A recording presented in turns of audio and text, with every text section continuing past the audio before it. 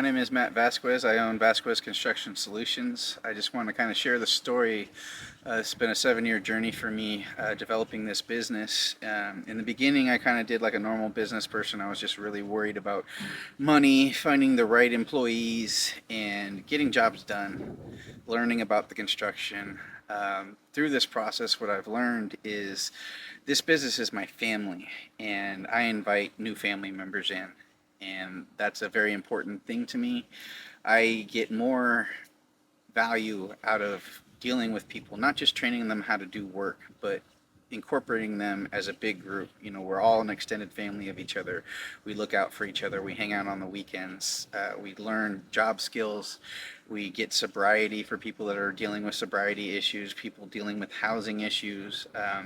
Main thing is continued support. We do our jobs, but we also talk about our personal lives.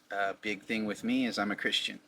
So when guys get around me, that's the first thing I do is I establish my faith with them. I tell them how I feel about life and my journey with Christ, and that's a very important part of my life, and it's become the most important part of my life.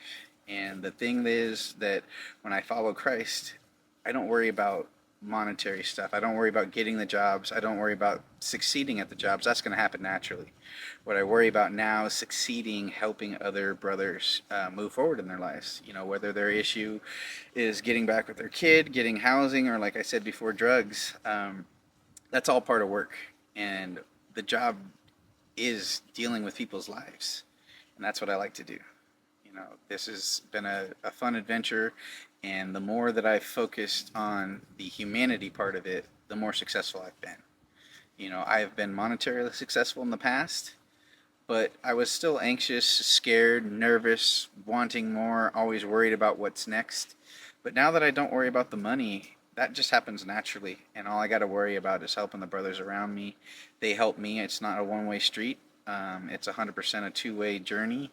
Every person I deal with has something to teach me. I've walked into a room with a homeless guy thinking I was there to minister to him, and he had everything I needed to hear that day, straight from God's mouth to through his lips to mine. And that's amazing stuff, to be humble enough to know that we can learn from everybody around us in all our situations. Construction's great, construction's fun, but that's why I'm in school now. Is I know how to do construction. I'm trying to learn how to help people move forward in life. And taking these coaster classes up at Merritt College has been a huge journey for me. It's a complete reset of what I want to do. In the beginning, I thought I had to shut down my construction company to go be a drug counselor, but I need my construction company to be a drug counselor. We need to learn that our businesses are how we help our community, not just by providing a service that business provides, but providing a service to the employees. Teaching them life lessons, teaching them to move forward, all that stuff. It's very, very, very important. And the more that businesses don't just take somebody on as an employee, but look at them as a family member that needs help and that wants to succeed. If we treat them like that, we can move our whole world ahead. Look at the city of Oakland. If everybody just stopped hiring people from outside the city and started picking up brothers that are out on the corner. You got a problem with a brother slanging crack on your corner? Give him a job. How do you stop it? Give him a job. You got a problem with a gangbanger or somebody doing gun work in your business, your neighborhood? Give them a job. Go talk to them. Ask them why they can't make money doing something else. It's because nobody will hire them. Hire them. Give them the job. Give them the chance. Let them mess up. Call them out on it. Correct it. And move forward. Not everybody has these opportunities. I get it.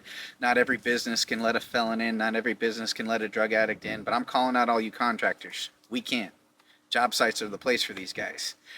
We got to get them there. We got to let them have the work. If you're a drug addict, you need, a job. You don't just need a job. You need a place to go wear yourself out. You need to be tired at the end of the day. You need to feel accomplished and worn out and good about what you did that day. Hey guys, give them the jobs. You don't need to pay a guy $80 an hour to be a laborer. You can go get a guy that doesn't have a job. Give him, some stable income.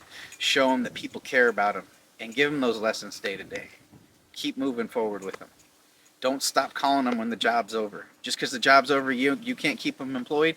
Stay in contact with them. There's brothers that I still holler at that got other jobs that are doing this, they're doing that. But those communications later on reaffirms that they're meaning something, that it wasn't just this temporary thing. You're part of my family. It's real. And that's what I want to get out to all you business owners right now. All right. What do you have to say to the person that says that they are less concerned with the mission of your company and more concerned with the excellence of the work? Can you talk about your training in the field as well? Just that's just yeah. Yeah, there's one thing about excellence in work is not being scared to redo it. And that's one thing you got to teach brothers. You bring a new brother in, there's going to be an excellence. I have an expectation at the end of the jobs. You can look at this video, look at this property.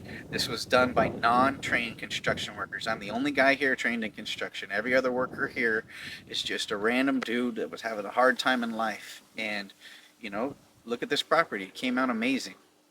If brothers are willing to learn and humble themselves, that's part of correcting your life, is learning how to be humble, learning how to redo, do it over again, do it over again. You did it wrong, hey, we get to do it again. You get to practice some more. you know um, I will caution people, when you do this, you got to keep it in a rate you can afford. So we do got to be cautious of, you can't pay a guy. If you have a guy that's paid too high, you have a too high of an expectation.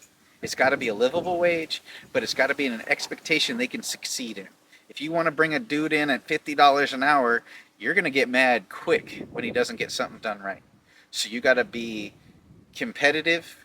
It's got to be a livable wage. It's got to be a respectable wage, but it's got to be a wage that meets them where they're at and that they can progress from and feel good about. And that way you also don't have to just run them off your job site because they didn't get something going so fast. It's like they might have to redo it, and they might have to redo it, but if you keep tabs on them and you keep the training, the responsibility's still on you. You got to train guys. If somebody doesn't know how to do something, you haven't identified their skill set yet.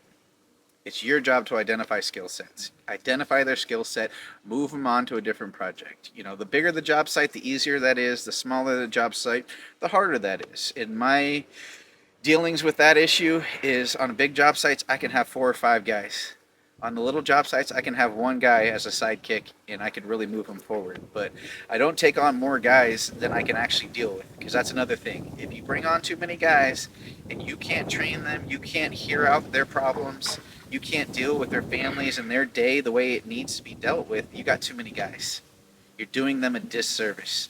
Scale it back to the amount of people you can work with. If it's one person, even once a week, do it. That one person once a week, start out slow.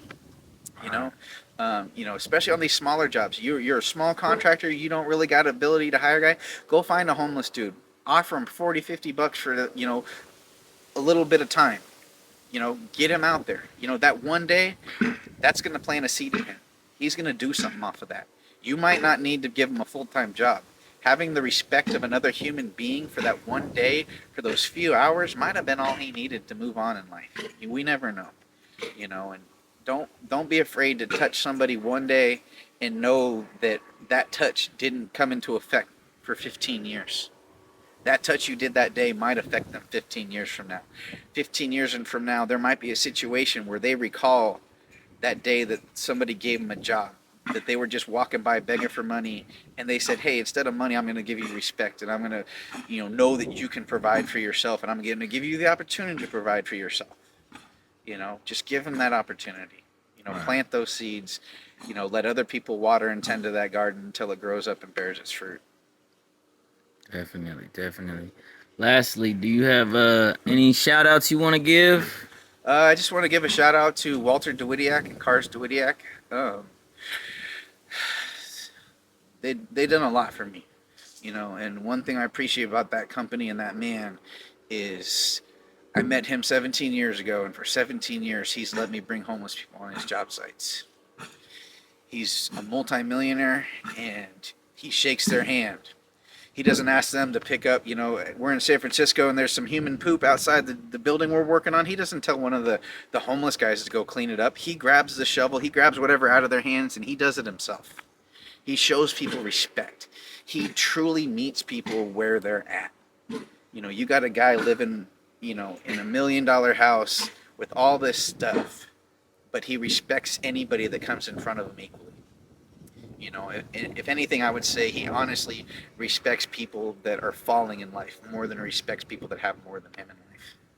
He knows what their struggles are, and he doesn't downplay their struggles. He doesn't blame them for where they're at, but he does meet them where they're at and says, hey, buddy, we can move forward.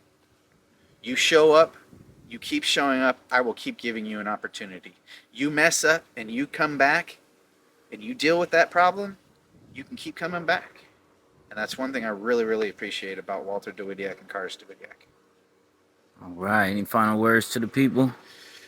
If you ain't met Christ, give him a holler. He wants to meet you. He really wants to meet you. He wants to tell you how much he loves you.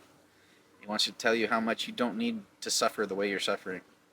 You know, even those slight ways. You know, a lot of us that think we're doing good in life, there are all these little slight ticks in our life that we don't know what's going on. Anything that causes you, you know, anxiety, anger, frustration, or worry, that's you going away from the will of God. Just kind of be in tune with it. When something makes you anxious, it's probably not where you're supposed to be at or how you're supposed to be dealing with it. Just take those little cues in life and, you know, give the glory where it needs to be. You know, my number one thing is staying humble. Staying humble for me is understanding that all this stuff that I do, all these jobs I get done, all these dudes that I help, it's God helping them. He's just using me. Yeah. All right. Well, thank you so much. Congratulations on all the success. Yeah, well, we're going to keep them moving. And, you know, hopefully there'll be a lot more of this coming out. Right, right. Hey, and don't forget Sober Gang. Sober Shout out to Sober Gang. Gang. That's what's up. That's a lit sweater.